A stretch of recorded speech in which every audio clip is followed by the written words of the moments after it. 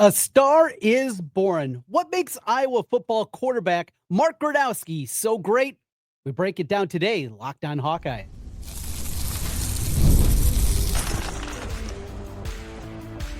You are Locked On Hawkeyes, your daily podcast on the Iowa Hawkeyes. Part of the Locked On Podcast Network, your team every day.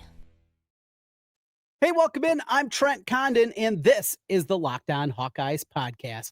Thanks for making Locked On Hawkeyes your first listen every day. We're available wherever you find podcasts. You can also watch us on YouTube.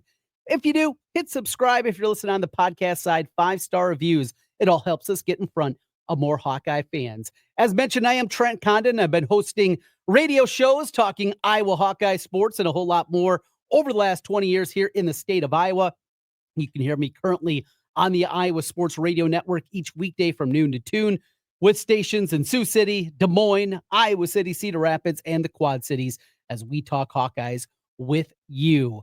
Today, we got a special edition of the podcast, something a little bit different, a roundtable conversation with myself, Lucas Strain, also from the Iowa Sports Radio Network, and David Eickholt from 24/7 Sports as they're going to join us. But before that, I want to begin today talking about Iowa's quarterback, Mark Gronowski, and just a thought that's been permeating after last week and being in Las Vegas, hearing Kirk Ferentz. And when Gronowski was brought up, the just fawning at times that Kirk was doing, there was a point they were talking about his character.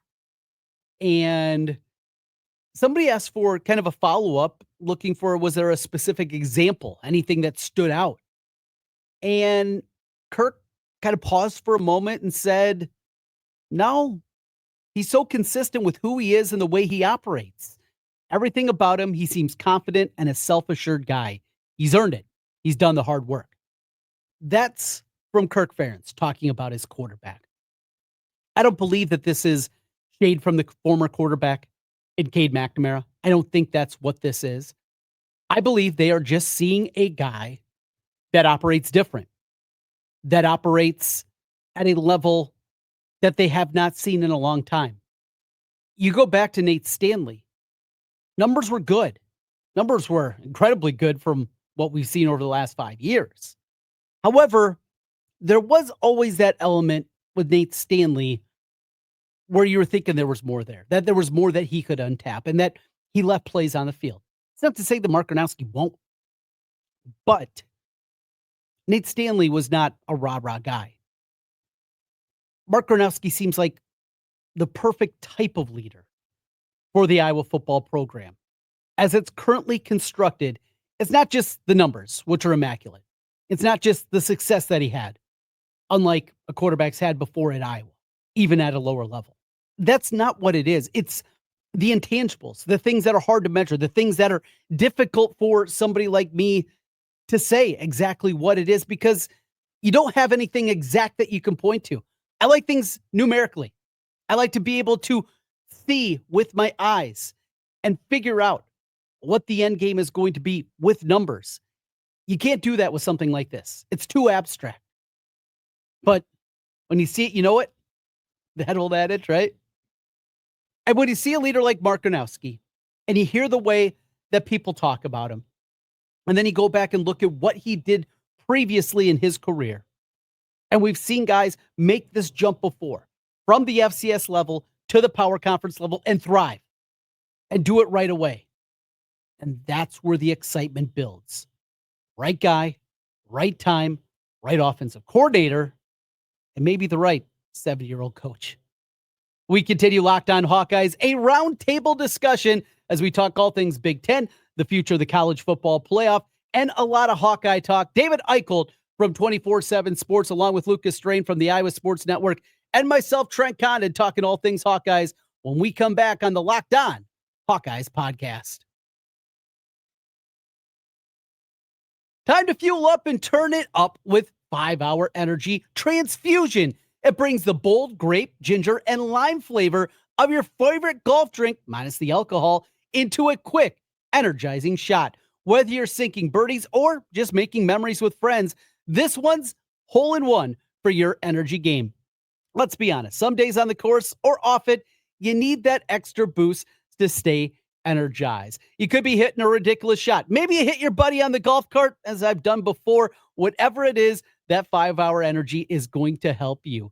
Golf is all about good times with good people and good flavors, of course. The grape ginger lime flavor gives you the best parts of your clubhouse go-to without chasing down the bev cart.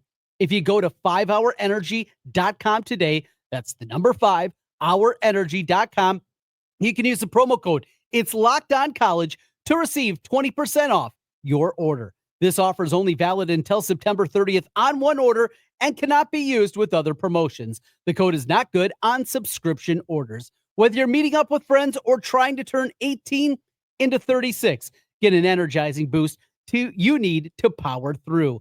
Order transfusion-flavored 5-hour energy shots today. Lucas Strain with you, broadcasting to you from Stadium Swim at Circus Sports in downtown Las Vegas. That is Trent Condon. He is joining me, as is David Eickholt. What's going on, guys? Whoa. Hey, guys. Look at us. Where's The gang's all here. Yeah. how's it going, Trent? What'd you do the last 2 hours? You're a big PJ Fleck guy, aren't you? You know, I love Phil. He is my guy. No, he is, he's got to be personality-wise about the furthest away. It just seems so phony with him. You think it's weird? You think it's fake? I do. I think it's manipulative. I just can't buy it. It feels like it's so much of an act. And those kind of personalities just do not vibe with me. So I didn't like him before he even got there when he was doing his shtick at Western Michigan. So I've never been a PJ Fleck fan. But his comments today that he likes Vegas. He likes Vegas. He likes Vegas. He shouted out his waiter. Yes. Where'd he go? A steakhouse. Shouted out the waiter. Loved his players. Loves his players.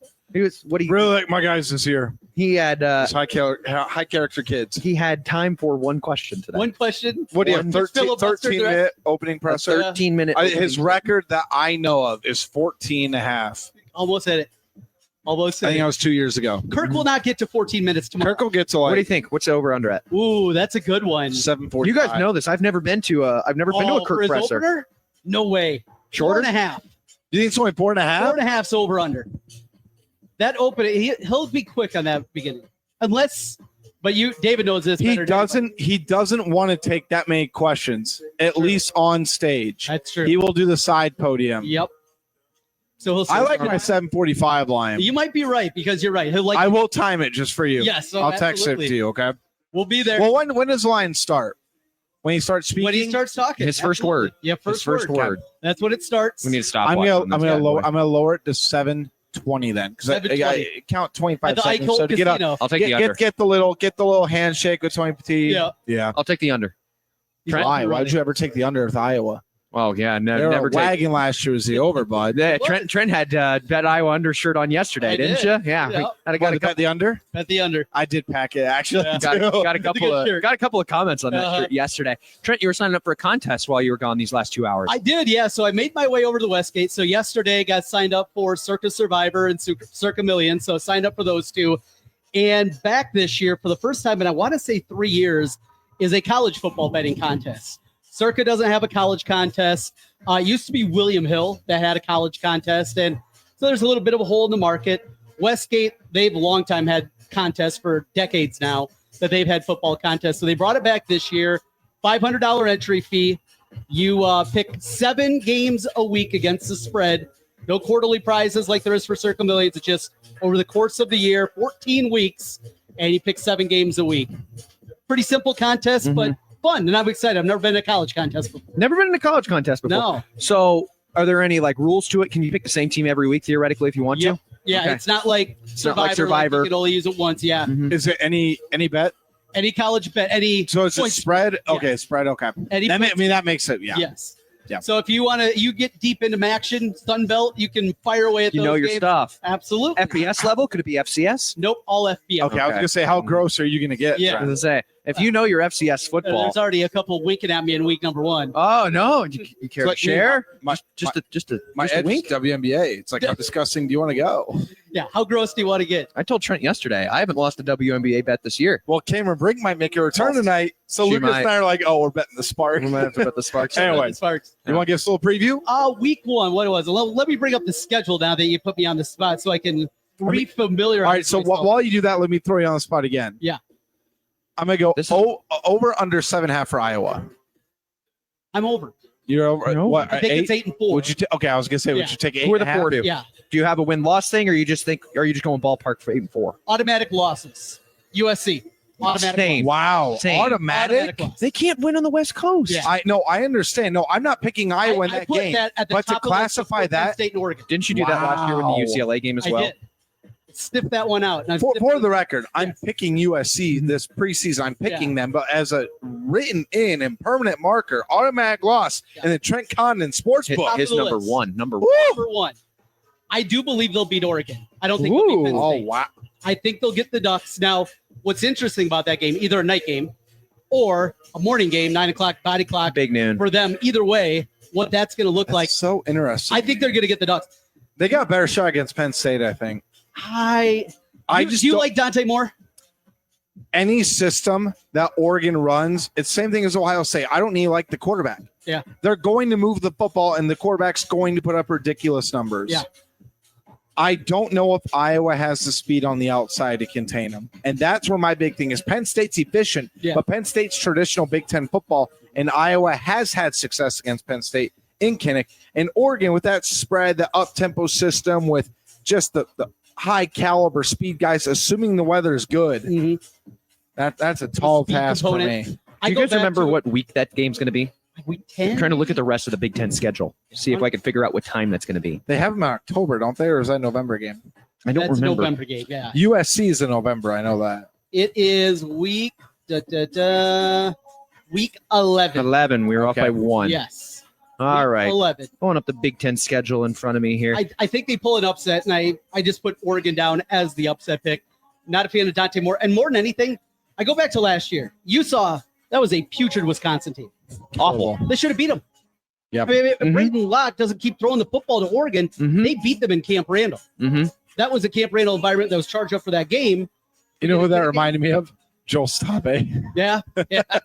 Oh, he threw some picks too. Oh, man. I would not be surprised if you're right, Trent. It's either going to be the 12 o'clock kick or 11 o'clock Iowa time, or it's going to be a night game because it's the second best game on the docket that weekend. Number 1, Penn State, Indiana. Other than that, and who it's knows if nothing Indiana's going to be relevant at that time. What do you got record-wise for the Hoosiers? I like the under. It's at 8.5. I would like the under there, too. Yeah. You got to lay some juice there? Yeah. I think it was minus 130 when I was looking, but still, to replicate what they did a year ago. And I'm a big fan of Mendoza, their quarterback. I liked what he did last year at Cal. He's a guy that can move around. He might be an upgrade at that position, but they just had so many things that fell into place for them. The schedule is going to be much more difficult this year. And they have so many coin flip games. The Iowa game, the Illinois game. You go through that schedule. They didn't have coin flip games last year. But the other part is, though, too, you look at their over-under for last year. They weren't supposed to be coin flip games. They were supposed to lose, and they didn't lose. They kicked the crap out of everybody. Like, they were arguably, on paper, the most dominant team in college football. Again, we all know the competition. Looking at statistically wise is what you're saying. Yeah. And again, I'm not saying they're going to be great. I don't think they win double digits, but if they go 8-4, 9-3, and the other part is I take coaching so seriously when it comes to college football. Signe just wins, man. He does. Google him. David and I were going through our Big Ten preseason rankings because the Big Ten doesn't put out an official poll. Right. So we were reacting to, like, remember Cleveland.com put one out earlier. Absolutely. That was the first one we saw, and David wrote an article reacting to it. So what do you think? What's your ballpark? Where would you put Iowa to finish? You know, what's your floor and ceiling? The ceiling is still, I guess it's 10-2. I can get there.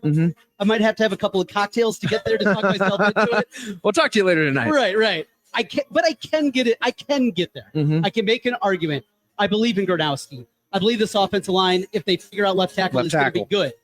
I'm not concerned about running backs. I'm not concerned about wide receivers. When was the last time you ever said that? The thing with the wide receivers, 2002? The thing of the wide receivers, Marvin McNutt, DJK.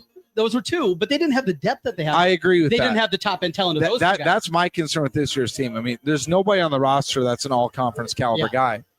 But again, the other part of it is, what did Gill catch last year? 38 balls, something like that? Yeah, for about 419. Right.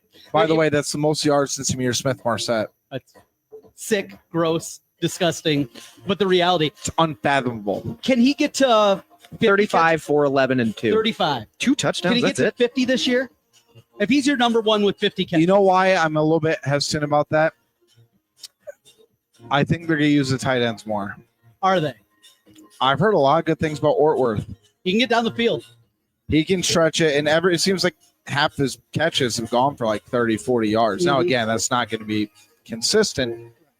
But the other side of it, too, is, again, they're right now, and again, talking to John Budmeyer, talking to people behind the scenes, etc., they feel like there's competition between the legitimate 8 wide receivers. Again, no all-conference caliber guys. The guys you can write in, like Penn, that are going to get significant snaps are 2 people, in my opinion. Sam Phillips is in pencil. Yeah. I think he's going to. He's little, though, isn't he? Yeah, he is. He's 5'7". I might be taller than him. I'm playing him with him in NCAA football. He's small. He's tiny. He's fast. It's Jacob Gill and Reese Vanderzee. Yeah. Outside of that, there's a lot of opportunity for guys. If you talk about the highest ceiling guy, again, I don't know if he's going to piece it together, but I've been on this guy's bandwagon since high school. Dayton Howard, I think, has the highest ceiling in the wide receiver room. What was it? Was the Maryland game he had that touchdown late last year? He's got speed. Just like he's 6'4". Yeah.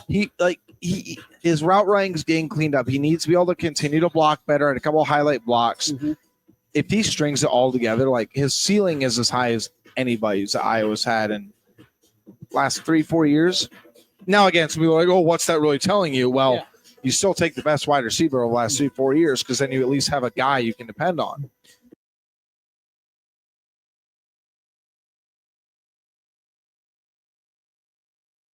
So you asked the question, the ceiling. Yep, you said 10-2. But the floor is about maybe as low as I remembered a long time. Really? 4 wins? What if Gronowski sucks? His shoulder's not right. He re-injures it. My brother under God's son, they beat Nebraska with Deacon Hill. They did. And Jackson Stratton last. Well, I wasn't going to throw him in there. Don't throw Shaggy. Don't throw shade at Shaggy. With all due respect, Deacon Hill, he was thrust in a position he should have never been. Okay. Yes. So your floor. The floor, though, the questions that we have all over the place. We talked about the wide receiver, but do we really know? We don't know anything. No. What if they don't figure out left? This is all optimism. Jennings Dunker's coming off surgery in the spring. Now, what if it takes a while for him to round up and all of a sudden they're 2-2 because he's not in the complete game shape? And you go through those 50-50 games. There's a lot of them on this schedule this year. Couple of injuries. We don't know if the back end of the defense is fixed. It could be terrible again. The linebackers, who knows? Like, very quickly, Jeremiah Pittman has just been a guy. What if he's still just a guy at one of the defensive tackle spots and Pace isn't ready to make the jump up and Hawthorne's still got another year to go before he's Big Ten, right? I think you can, usually it's pretty easy, right? They'll win 7, 8, 9 games. Yeah. This year, I think you can make a case for 10, but I think you could really make a case for this team's not bowl eligible. They're 4-8. They're 5-7. That's wow. I'd go as low as 5-7. That's if worst comes to absolute worst. I don't see them. I said my floor is 6. That's about where I'm at. I'm between 5 and 6. But so you're right. Let's go with some negatives because we can talk all day about name recognition. We could talk all day about the positives. There's some obvious hiccups here. And I was on your show earlier. Lucas and I, touched on a little bit. The linebackers, I'm still concerned about because we just haven't seen them. We've heard good things behind the scenes. We haven't seen them. I'm very intrigued. Is Xavier Wampa going to put it all together? Mm-hmm. His ceiling is as high as any Iowa safety in memory, just from an athletic standpoint, from a playmaking standpoint. For my money, he's one of the most dynamic playmakers I've seen in Iowa high school football. Yeah. I mean, every time he touched football, magic happened, right? Whenever you need a big play, he would go out there and do it. I mean, you called some of his games. I never seen a kid at the high school level close on a ball carrier or with the ball in the air on somebody like him. I mean, just completely different level. You saw that right away show. He's got that kind of athleticism. The defensive line has to be way above average. I'm not going to go so far as to elite. It has to be great. Because if you get a good defensive line with the 4 of the secondary, I'm not kidding you when I say this again. I don't think this is going to happen. We're talking between our defense that's 40th and 50th. Yeah. Just because we don't know enough. I mean, this is by far the most question marks I've had on the defense since I started covering the team in 2018. And honestly, since I started watching Iowa football, which has been since Kirk Ferentz took over. You mentioned that defensive line, both Brian Allen, who we haven't seen a ton of them, but he showed up in open practices. Right? His health, because I like Hurricane. I like Llewellyn. And you know what you're getting out of Herkett. Right. Again, he's very Parker Hesse-like in my book. Different size, different skill set, but they'll bring the same to the table. Can Allen be that rush specialist on third down? In terms of coming back from injury, but then also doing every little thing that they ask. And that's been the knock against Brian. Is Yosei Epinesa going to play this year? I don't feel. Is I he don't an think end or so. a tackle? Is he already? I think they like him more at tackle. Yeah. And But I also think he's explosive enough to go off the edge. I think he can line him in. Don't ask Calvin Bell or Jay Neiman this because they don't recruit edge rushers. They don't recruit defense tackles. They recruit defensive linemen. That's right. But the other side of it, too, is A.J. Epinesa was an outstanding player here. Good NFL player. Has made a nice living for a great team. He's on the record saying, I think his sophomore year, that Yosei is by far the best athlete in the family. Okay. So where does that leave him right now, right? Yeah. And Yosei was still a five-star talent, right? So, again, that has to be there. Special teams, I think you know what you're getting. Drew Stevens is going to be great. Yeah. I think Reese Aikens is going to be able to be more consistent. I loved what I saw out of him last year. Then you have the Jet Award winner, Caden Weetjen, right? We haven't even talked about Caden Weetjen as far as wide receiver play. Yeah. He's going to be a factor. And that was a reason that he stuck around. He got assurances that they were going to try to do more things with him on the offensive side of the football, or he was probably going to depart, right? Either take a shot as a returner at the NFL, probably as an undrafted free agent, or maybe look for a new home. So then you throw another guy into that mix, too. I mean, we didn't talk about Jared Bowie at wide receiver. We haven't talked about T.J. Washington either. I mean, again, that's what I was going to go to next. But where do we go from the point of we hear about these guys behind the scenes? How much should we go on name recognition versus what they're capable of actually doing? Like, are we mentioning these rotational players because we know these names, we talk about them? Optimism. How much can they produce on the field?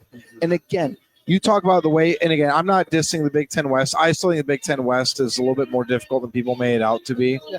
I'm not saying it was an elite division in college football. It wasn't a gauntlet, that's for sure. Not. It was very top. 0-10 in the Big Ten championship game. Right, and again, that was a problem. But if you compare them against some other divisions in college football, like it's not as bad as it made out to be. It was because the East was so stacked. But I know Luke Fickell said this, and Scott Dockman appropriately roasted him because they went 2-3. Because Luke Fickell said today, I don't know if you saw this, Trent. Well, we're not in the Big Ten West anymore, Bud. You're talking about a schedule. Yeah, Bud, you went 2-3 against the Big Ten West and got your butts kicked in 3, but we gave up 42 against Iowa. Yeah. Like, you can't be throwing darts here right now, Bud. But the other side of it, too, is Iowa plays Oregon. Iowa plays Penn State. They play Indiana. They go on the road. They're on the road to USC, on the road to Nebraska. USC. Wisconsin. We just about talked about last week. Wisconsin could be the greatest. We haven't even talked about their non-conference. Wisconsin could be the greatest 4-8 team in Big Ten history. Yeah. There's no way they make a bowl game. I will be stunned if they make a bowl game. But, I laughed at the argument earlier when Nebraska was like, oh, we're the best 5-7 team in college football history. I don't know who Luke Fickell. I don't know if he pissed in somebody's cereal or something. Their schedule is the most insane Big Ten schedule I remember seeing. We were talking to Doctorman about the schedule when it first came out. Yeah. And he said this was the second or third schedule that they put out, and the original one that they came up with. Yeah. Wisconsin was going to have to play it's crazy. They were going to have to play Michigan, Ohio State, and Oregon in a 3-week span, with 2 of those games coming on the road. So here's the thing. Their schedule's bad now. Yeah. It was even worse than the original setup that they put. I want to talk about the Iowa running back room really quickly with you guys. We know about the 2 main guys who are going to get the bulk of the carries, right? We know about Kamari Moulton. We know about Jazzy and Patterson. What do you guys think of Brevin Dahl coming into the season? And Trent, I know you got some personal ties in this one. Yeah. So I went to high school, still friends with his parents. And so it's difficult for me. It really is. I mean, to be completely honest, I know he's super fast. Yes, that's what I know about him. Yeah. I called one game with you in high school when he was there. Yeah. We only saw him for one half of the game because he unfortunately got hurt. Yep. He is incredibly fast. He's dynamic. He's big. He's up to 211 now. So he's added size. He's well put together. But is there going to be snaps there for him? Because running back room's crowded. David brought up T.J. Washington. Charles Washington Jr. is a guy that they have loved for a long time. They've been moving him around. I just don't know where the reps are going to come from. That's where I was going to say.